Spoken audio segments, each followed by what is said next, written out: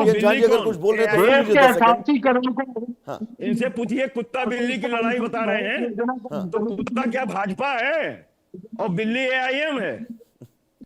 चलिए, किसको बता रहे हैं? नहीं, अब सपा दर्शक और लगातार भाजपा- इस डिबेट को देख सपा रहे और होंगे, आप भाजपा तीनों है। लोगों की बातें सुन रहे आपके होंगे और पास आपके यही मन लिए में, कुत्ता, जहन बिलार, में बिल्ली, आप तीनों को लेकर भैंसा, जो गधा। छवि जाई भाजपा का होगी। भी कोई बड़ा अच्छा रवैया नहीं था जब से हैं? सरकार आई। हाँ। उत्तर ये प्रदेश के भारतीय नौजवान जनता मुकदमे पार्टी में और ज्यादा ओवैसी बिजी रहा। एक थाली के चट्टे बट्टे हैं वैभव भाई। चलिए, आप सपा तीनों और लोगों का भाजपा। बहुत बहुत शुक्रिया। समय जो है वो अब इजाजत नहीं दे रहा आगे बातचीत करने की। आप तीनों हमसे जुड़े और अपना पक्ष रखा, आप तीनों का बहुत बहुत शुक्रिया। रुकेंगे छोटे से ब्रेक के लिए, कहीं जाइएगा नहीं। इंडिया न्यूज पर खबरों का सफर लगातार जारी रहेगा। नमस्कार।